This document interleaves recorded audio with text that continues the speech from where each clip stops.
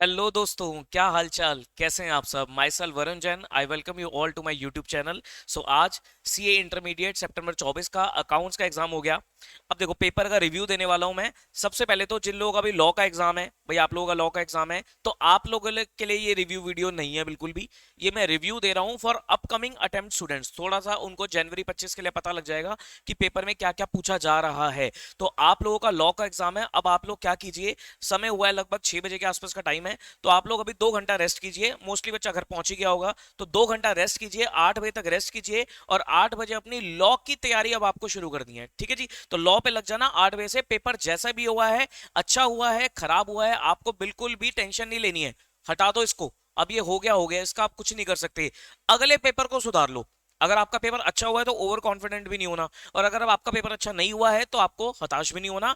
अगला पेपर आपको और भी अच्छे से कर कर आना है। ठीक है, all the best for your law exam. Now जनवरी वाले बच्चे ध्यान से सुनना जी। पेपर कैसा था, देखो पेपर का अगर मैं लेवल बोलूंगा तो paper was average. Average level का पेपर था, ना बहुत ज्यादा आसान था ना मुश्किल था, एवरेज था। बट यस, लेंदी था। लेंदी तो देखो, अकाउंट्स का पेपर लेंदी तो होगा ही होगा। कोई भी प्रैक्टिकल पेपर उठा लो, लेंदी तो होगा ही होगा। अकाउंट्स है, टैक्स है, इवन सी इंटरमीडिएट में मोस्टली सारे ही पेपर आपको लेंदी मिलेंगे। थ्योरी पेपर भी लेंदी मिलते हैं, तो पेपर लेंदी था। बहुत सारे बच्चों का पूरा हो गया, कुछ बच्चों का पूरा नहीं भी हो पाया।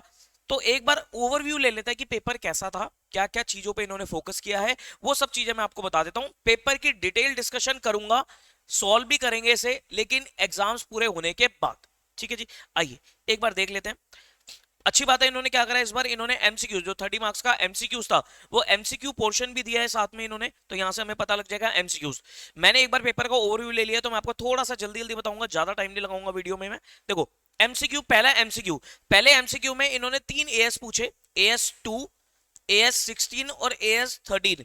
एएस के ऊपर एमसीक्यू है। देखो एमसीक्यू का लेवल थोड़ा अच्छा था। अगर आप डिस्क्रिप्टिव पार्ट बोलोगे तो डिस्क्रिप्टिव पार्ट 70 मार्क्स का इजी था, लेकिन एमसीक्यू का लेवल थोड़ा अच्छा था। एमसीक्यू के लिए मैं आपको बोलूंगा कि भाई साहब, आपको एमसीक्यू की प्रैक्टिस करनी पड़ेगी बहुत अच्छे से। कहां से प्रैक्टिस करें? स्टडी मटेरियल से करो। आईसीआई के जो आरटीपी एमटीबी है, वो सारे क्वेश्चंस करो। आईसीआई ने कुछ पोर्टल बना रखा है, पोर्टल के एमसीक्यूज है, वो सारे करो। अब देखो एमसीक्यू जरूरी नहीं है कि आपको यहीं से मिल जाएगा। एमसीक्यू चलेगा आपका कॉन्सेप्ट्स के ऊपर, तो आपको 100% फोकस किस पर रखना है? अपना कॉन्सेप्ट पर रखना है। अपनी कंसेप्चुअल क्लैरिटी को अच्छा बनाना है। आपको अपने कॉन्सेप्ट पे पूरा पूरा फोकस करके चलना है कि आपका कॉन्सेप्ट अच्छा होना चाहिए, तो आपका एमसीक्यू में काम बन जाएगा। ठीक है जी। नाउ AS2, 16 और 13, इन तीनों को इन्होंने एक एमसीक्यू, एक केस स्टडी बना ली और इसमें पूछा इन्होंने। फिर उसके बाद अगला जो क्वेश्चन था, ये आपका,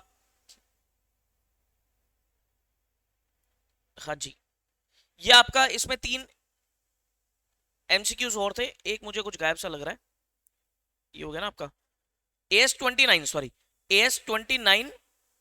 उसके बाद AS9, 4, इन तीनों को टेस्ट किया। AS29, 9 और 4 को टेस्ट किया इन्होंने। ठीक है, ये देखो, ये AS4 का क्वेश्चन है, ये AS29 का क्वेश्चन है, उसके बाद ये AS9 का क्वेश्चन है। 9 को भी इन्होंने टेस्ट किया। ठीक है, AS9 को भी इन्होंने टेस्ट किया। ठीक है, अगला जो क्वेश्चन था, ये आपका था लीजेस का क्वेश्चन।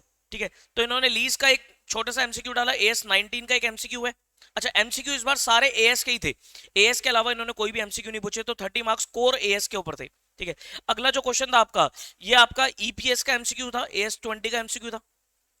ठीक है, उसके बाद ये आपका AS18 का एमसीक्यू था। ठीक है, तो ये आपके छोटे छोटे एमसीक्यूज हो गए। उसके बाद एक केस स्टडी और डाली।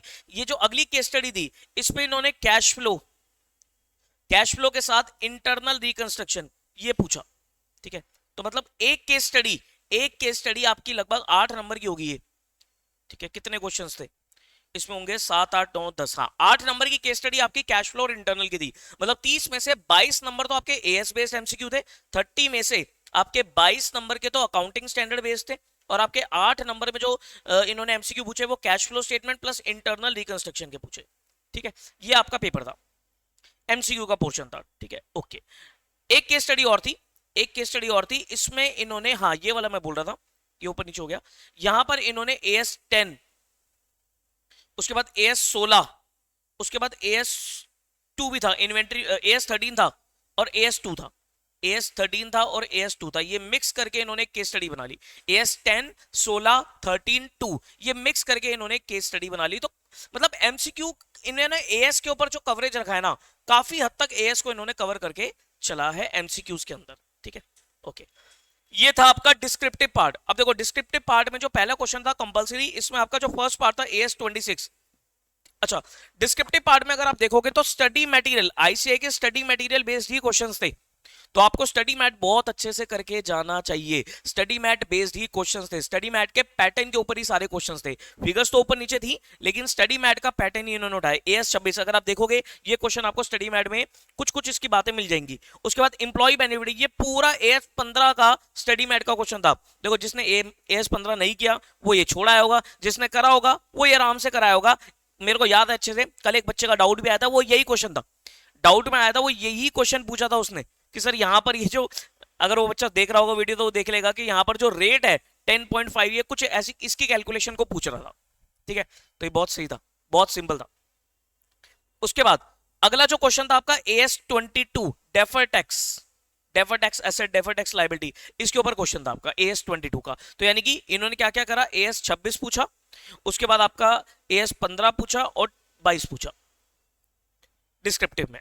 ठीक है, उसके बाद अगला क्वेश्चन उठाओगे schedule 3 final accounts of companies, पूरा आईसीआई स्टडी मैट को कॉपी पेस्ट करके क्वेश्चन था। स्टडी मैट का एज इट इज 14 मार्क्स का क्वेश्चन है, तो जिसने स्टडी मैट किया आराम से ये क्वेश्चन को वो अटेम्प्ट कर सकता है। इसमें आपको क्या बनाना था, इसमें आपको पीएल भी बनाना था और बैलेंस शीट भी बनानी थी। तो मोस्टली मेरे ख्याल से बच्चा ये करके ही आया होगा, छोड़ा नहीं होगा उसने। फिर उसके बाद आपका कैश फ्लो स्टेटमेंट का था, इसमें आपको कैश फ्लो स्टेटमेंट बनानी थी एज पर डायरेक्ट मेथड को लगाकर आपको कैश फ्लो स्टेटमेंट बनानी थी। ये 7 नंबर का क्वेश्चन था, सिंपल क्वेश्चन था, स्टडी मैट में मिल जाएगा आपको ऐसा क्वेश्चन भी। और उसके बाद ये जो अगला क्वेश्चन था ये आपका बायबैक था, टेस्ट फॉर बायबैक से आपको मैक्सिमम परमिसिबल बायबैक निकालने थे। 7 नंबर का ये क्वेश्चन था। तो बायबैक इन्होंने इस बार केस स्टडी में ना डाल के क्वेश्चन डाला, और मुझे लग ही रहा था कि बायबैक का भी क्वेश्चन आएगा, शेड्यूल 3 का भी क्वेश्चन आएगा, तो वही आ गया आपका। अब अगला जो क्वेश्चन था ये आपका अमेलगमेशन था। इस बार इन्होंने इंटरनल रिकंस्ट्रक्शन का बड़ा क्वेश्चन नहीं पूछा, अमेलगमेशन का तो 14 मार्क्स का डाला इन्होंने क्वेश्चन, इंटरनल रिकंस्ट्रक्शन का बड़ा नहीं पूछा, वो क्वेश्चन नंबर 6 में डाला इन्होंने। ठीक है, तो अमेलगमेशन 14 मार्क्स का ये क्वेश्चन हो गया आपका। ठीक है, इसमें आपका अगर देखोगे तो क्या पूछा इसमें इन्होंने पूछा बैलेंस शीट बनानी है न्यू कंपनी की, और मतलब सारा बुक्स ऑफ न्यू कंपनी के केस में काम था, बुक्स ऑफ न्यू कंपनी का था सारा केस, कि बुक्स ऑफ न्यू कंपनी में एंट्री डालनी है आपको और बैलेंस शीट बनानी है नई कंपनी के आफ्टर एब्जॉर्प्शन। क्वेश्चन सही था, स्टडी मैट बेस्ड क्वेश्चन था। उसके बाद कंसोलिडेशन, ये कंसोलिडेशन का क्वेश्चन था। ये मैं कह सकता हूं एक क्वेश्चन का लेवल थोड़ा सा अच्छा था, क्योंकि इसमें ना 3 कंपनी थी, कंसोलिडेशन में 3 कंपनी थी, 3 कंपनी बेस्ट, कूल और गुड। तो इसमें क्या था कि जैसे बेस्ट ने कूल को एक्वायर किया तो जो कूल है वो बेस्ट की सब्सिडरी बन गया। उसके बाद बेस्ट ने गुड को एक्वायर किया तो ये इसकी क्या बन गया, 25% एक्वायर किया तो ये इसका एसोसिएट बन गया। ये क्या बन गया, एसोसिएट बन गया। तो मिक्स करके कंसोलिडेशन करना था, सब्सिडरी भी था और एसोसिएट भी था। ये एक ऐसा क्वेश्चन था जो स्टडी मैट में अभी तक नहीं था, ये एक नया क्वेश्चन आप कह सकते हो जो इन्होंने डाला है। कंसोलिडेशन में होल्डिंग सब्सिडरी भी है और एसोसिएट के साथ भी है, तो एसोसिएट में वही आपको इक्विटी मेथड लगा के बताना था।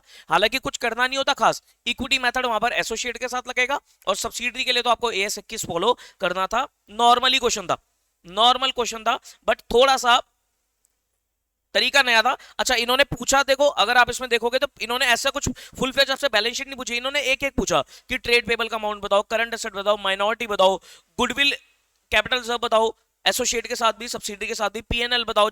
ये सब इन्होंने सिंगल सिंगल पार्ट करके पूछे। ठीक है, तो ये भी एक क्वेश्चन था, एक डिफरेंट तरीके का क्वेश्चन मुझे लगा, तो इसको आप देख सकते हो। ठीक है, उसके बाद क्वेश्चन नंबर 6 में अगर मैं बात करूं तो 6 क्वेश्चन सिंपल था। इसमें इन्होंने क्या पूछा, यहां पर तो इन्होंने डाला है इन्वेस्टमेंट अकाउंटिंग का, AS13 इन्वेस्टमेंट अकाउंट बनाना था, शेयर्स के केस में शेयर्स वाला इन्वेस्टमेंट अकाउंट बनाना था। 4 नंबर का क्वेश्चन था। इसके साथ क्वेश्चन में इन्होंने थ्योरी में AS2 डाला था, और AS2 में भी अगर आप देखोगे तो कौन कौन से खर्चे हमें एक्सक्लूड करके चलने पड़ते हैं while valuing the inventory, calculating the cost of the inventory. AS2 का नॉर्मल क्वेश्चन था। इसके साथ बी पार्ट में इन्होंने इंटरनल रिकंस्ट्रक्शन की एंट्रीज, ये मेरी बुक में मिल जाएगा आपको क्वेश्चन, इंटरनल रिकंस्ट्रक्शन की एंट्री का एक क्वेश्चन था, कितने नंबर में, 4 नंबर में। और फिर उसके बाद ब्रांच अकाउंट का एक क्वेश्चन डाला इन्होंने, ब्रांच अकाउंट का एक क्वेश्चन डाला, डिपेंडेंट ब्रांच का एक क्वेश्चन था, डिपेंडेंट ब्रांच का क्वेश्चन था। और इसमें बनाना क्या था, इसमें बनाना था ट्रेडिंग पीएनएल अकाउंट और स्टॉक रिजर्व निकालना था, नॉर्मली क्वेश्चन था। तो अगर मैं बात करूं sir descriptive 70 marks, sir 70 marks का पार्ट तो मुझे इजी लग रहा है, स्टडी मैथ बेस्ड लगता है, सिर्फ एक कंसोलिडेशन का क्वेश्चन थोड़ा सा नया था, न्यू था, मुश्किल नहीं था, मुश्किल नहीं था, अगर आप पढ़ के गए हो अच्छे से तो आप आराम से कर सकते हो, तो ये आप क्वेश्चन कह सकते हो कि थोड़ा सा न्यू था। बाकी 30 मार्क्स के जो एमसीक्यूज थे, ये लेवल इसका थोड़ा सा एवरेज था, अबव एवरेज, अबव एवरेज, ये अच्छे थे क्योंकि इसमें एएस की बारीकियों को भी टेस्ट किया गया। तो ये एक ओवरऑल रिव्यू है पेपर का फॉर अपकमिंग स्टूडेंट्स कि आपको किस तरीके से, मतलब क्या क्या करना चाहिए, कैसे पेपर पूछा जाता है। तो this was all about the review, ठीक है जी। डिटेल डिस्कशन मैं जल्दी अपने चैनल पर लेकर आऊंगा, ये मैंने आपको बता दिया है पेपर क्या था क्या नहीं था, अब एक बार आप इसे देख लेना। और सितंबर वाले बच्चे, पेपर में मैंने अभी कुछ नहीं बताया, कोई आंसर किसी के साथ कुछ डिस्कस नहीं करने, बुक में खोल के कुछ नहीं देखना, 2 घंटे रेस्ट करके 8 बजे से अपनी लॉ की तैयारी पे लग जाना, ठीक है जी। चलिए फिर, all the very best for your upcoming exam. और जनवरी वाले बच्चे कमर कस लो, कमर कस लो कि पेपर अच्छे लेवल के आएंगे, जैसे जैसे अटेम्प्ट बढ़ते जाएंगे तो पेपर का लेवल भी बढ़ता चला जाएगा। मई 24 का पेपर बहुत आसान था, सितंबर 24 इन्होंने 30 मार्क्स को थोड़ा लेवल बढ़ाया। अब आपके टाइम में भी आप पहले ही प्रिपेयर इस तरीके से करो कि भाई लेवल अच्छा आएगा पेपर का, उस तरीके से आपको प्रिपेयर करनी है, ठीक है जी। All the very best, bye bye.